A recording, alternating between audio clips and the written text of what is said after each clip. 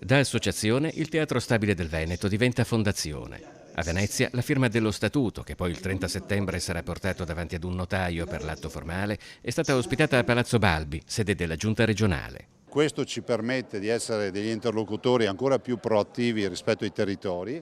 È un teatro che si merita questa trasformazione perché è cresciuto negli anni, basti pensare che si passeranno i 4.000 abbonamenti, siamo già a un più 30% quest'anno, è un teatro diffuso sul territorio, è un teatro che ha una grande programmazione, è un teatro che è anche un grande datore di lavoro, più di 22.000 ore lavorate. La nuova stagione prevede 183 titoli di spettacoli con più di 460 recite.